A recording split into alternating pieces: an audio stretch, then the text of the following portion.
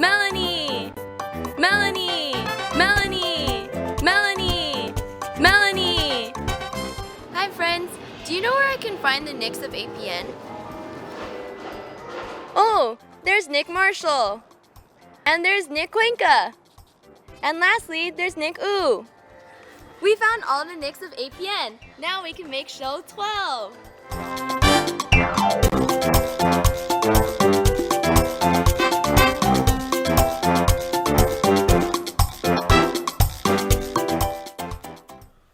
Happy holidays, everyone. Eric, it's not even December yet. Then why do I hear festive music on the radio? Okay, I'm Nick. I'm Eric. And welcome to Show 12. Hey seniors, the deadline for UC and Cal State applications are coming up soon and will end on Thursday, November 30th. Remember to submit early to ensure that your application makes it in on time. Planning to go to Disneyland on your Thanksgiving break? Well, maybe it is time to find a new trip because the happiest place on earth may not be the safest place for our parents. About a month ago, Disney was discovered to be the connection between 12 bacteria-caused illnesses. Legionnaire's disease is a severe type of pneumonia that is very rare and is developed by breathing in contaminated water vapor. When inhaled, this mist can carry the Legionella bacteria into people's lungs. This disease mostly occurs with people with very weak immune systems, and while Legionnaire's is a bacteria which naturally grows in lakes and streams, in the past few weeks, 12 cases of Legionella disease had all led back to Disney in Anaheim, California. When Disney found 2 of its cooling towers to have elevated levels of the Legionella bacteria, they shut them down and treated the towers with chemicals to kill the bacteria immediately. My first reaction was, oh, okay, I mean, it's going to happen. You know, Disneyland gets millions and millions of people who visit it annually. And at some point, you're going to have somebody that has some kind of disease or illness that might pass it on to somebody. You're bound to maybe catch something or get something just even like in line, just touching the railing. They can't clean everything. They can't completely sanitize everything that's in Disneyland. Fortunately for Disney, this disease mostly affects people over 50 years of age and rarely affects children, leaving their many children visitors somewhat safe. Legionnaire's disease can be easily cured with antibiotics, but who knows if Disney will be this lucky next time. I would like to hear of Disney at least helping out with maybe some medical bills of the people that did get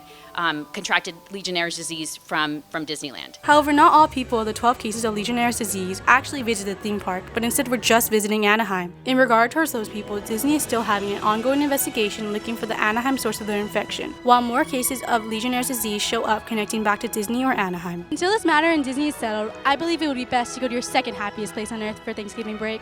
This has been Johanna, back to Eric and Nick in the studio. Hey seniors, do you have enough recommendation letters done for college apps? If not, you better hurry up and get them in soon because the deadline for colleges are almost here. Late Sunday, the border between Iran and Iraq suffered what is considered the deadliest earthquake of 2017. Mia offers more on this tragedy.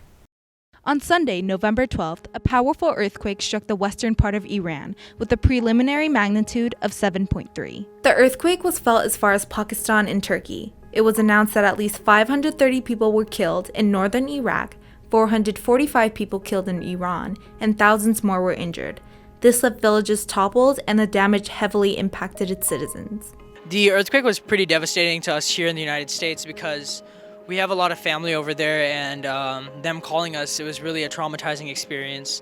In any event, it's important to understand that there are some things beyond our control. Recent studies show California is due for a massive earthquake. Population density is a lot closer together in the United States, especially in Southern California, as it is over there. But we have spent a lot of time doing earthquake retrofits and a lot of training in case we have earthquakes and other problems. We send our regard to those affected by this tragedy. This has been Mia, back to you guys in the studio.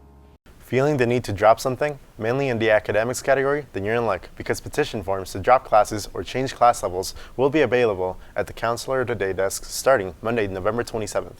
Be sure to get them turned in by December 8th to make sure your second semester schedule doesn't get all out of whack. With 300 needle-shaped teeth, this shark will definitely blow you out of the water with how fast it'll eat its Thanksgiving dinner. Here's Thomas with the details.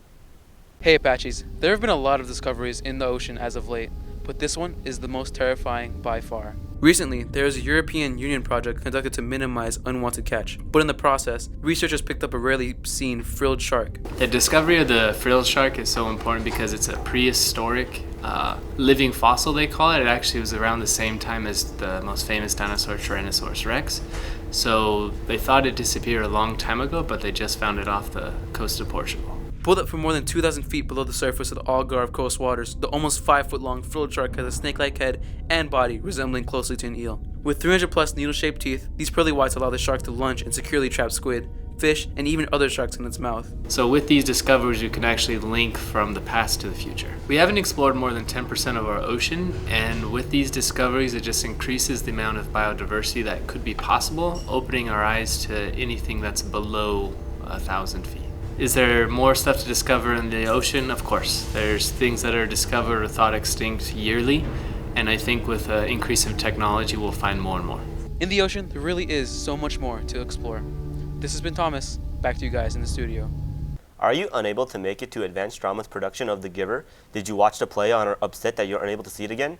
Well, APN is here to cheer you up. We are taking orders for DVDs and Blu-rays of the play from November 27th to December 1st. DVDs are $20 and Blu-rays are $30. If you are interested, talk to any APN member or contact us at apachenews@aosd.net. Thanksgiving isn't just about turkeys and mash. Let's gobble on down to Richard for the origin of this holiday. Hey, keep up! Here's Thanksgiving under 1 minute.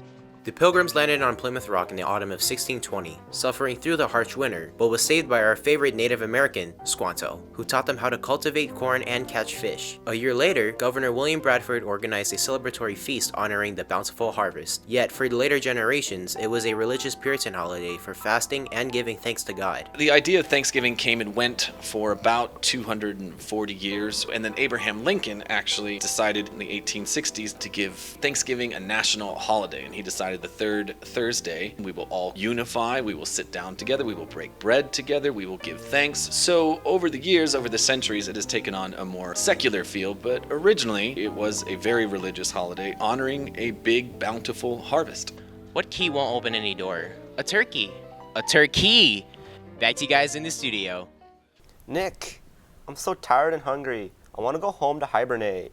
Eric, people already think you're a stuffed turkey, but I guess we can go now. Break. Wait, what'd you call me?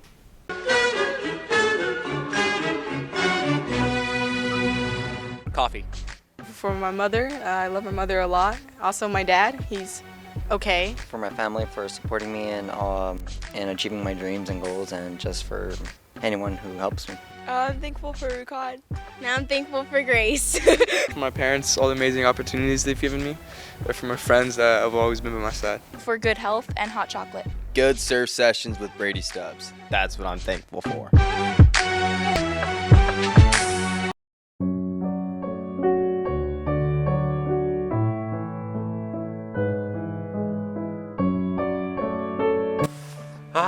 Thanksgiving, the wonderful time where I can be happy with my family.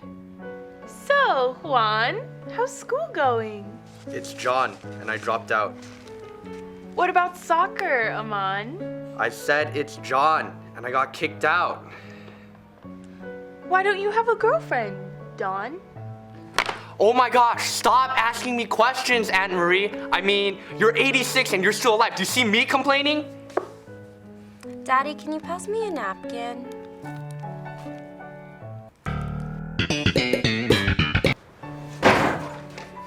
Looks like they just got sauced, huh? You know, if you're gonna have a great Thanksgiving, you might as well be polite about it. Otherwise, you're sure to get stuffed. Is reading your passion? Do you need a new book for the holiday season? Then come on over to the Fall Semester Book Fair hosted at our library from December 5th to December 12th. Happy reading, Apaches. Mr. Queen is a new king of math who just came into Apache territory. Here's Nick with more. Man, I can't do this. What would Mr. Queen do? My first 2 years right out of college as a substitute teacher in the high schools out in Whittier. And then after that, I'd spent 4 years at a small charter high school in Los Angeles in the Glassell Park area. And now I'm here in my 5th year full-time teaching. Fresh out of high school, Mr. Queen attended Whittier College, where he studied physics. He then transferred to USC, earning his bachelor's in mechanical engineering, and finally getting his teacher credentials in Cal State Long Beach. For the last couple of years, I've been training jiu-jitsu, and I really enjoy playing slow pitch softball, and I also love playing football. Oh! This has been Nick with Teacher Feature. Back to you guys in the studio. Attention juniors and seniors, do you have some suggestions about our school education? The PTA Legislation Conference allows you the chance to finally express those ideas. The PTSA is looking for 2 student representatives to take with them to Sacramento from January 22nd to 23rd. If you're interested, sign up on a link in the student bulletin before November 30th. The Apache Marching Band is just about to wrap up their 6-week competition season tomorrow with the Arcadia Festival of Bands. Let's march over to Trevor for their season review. So it has been 6 long weeks since marching bands started on their competitions. Very rarely have they won overall in all of the regular season tournaments, but this year they have done just that. In their last regular season show this past weekend, the Apache Marching Band marched at the King Band Review all the way in Riverside and won the High Color Guard Music and Band Sweepstakes. For the evening field show, they managed to win the overall competition by 1/10 of a point, but still swept the general effect and music categories. Band's been doing great. The field show has a lot of demand and it's pretty difficult. On the street, I feel like both the JV and the varsity block have done a really good job with the march, trying to just be really, really detailed, and I think that they're doing really well. Tomorrow, they will end their season at the 64th Annual Arcadia Festival of Bands, which is one of the largest parade band competitions in all of Southern California. Involving over 40 participating bands, this event also includes the 3 middle school bands from the Arcadia Unified School District. Please make sure to come by South Baldwin Avenue tomorrow at 9 o'clock a.m. to see the Big Red Band march down the street one last time. This has been Trevor here. Now back to you guys in the studio. Hey, I can't believe football season just ended. Did you even watch the entire live stream? No. Well, you missed out. Let's go to football. Hey all, welcome back to APN Sports. I'm Adam, and here's this week's special edition of Apache Football. This week's first round CIF game against Hillcrest was, to say the least, insane. Here's Bradford to recap the game. It was a good attempt last week against Hillcrest, especially when our boys took off in the second half. The CIF first round game started off rocky for Arcadia. Hillcrest held the Apaches to 0 points in the entire first half, while the Trojans put up 17 points including a field goal to end the half. Arcadia was almost guaranteed to lose, but they propelled an amazing comeback with 2 touchdowns to bring the game within 3. Initially, we were stopped on a 4th down, which should have ended the game, but a fumble by their quarterback set up the game-winning throw by Max to Frankie, ending in a nail-biting thriller, with the score being 21-20. Catching that touchdown was probably one of the best moments of my life, to be honest, especially in football. That was one of the greatest games, and just that it was in the playoffs, CIF, to get us to move on. It was just amazing. They run the ball a lot. Their passing game is not that well. Their quarterback is pretty big in size, and we just have to shut down the run game. If we shut that down, we should be okay. We just have to focus up at practice, take it play by play. That's what the coach has been preaching all week, and just be prepared and we'll be ready. Thanks for putting on a show last week, boys, and good luck against Catella this week. Thanks, Bradford. Now let's break down the matchup tonight against Catella.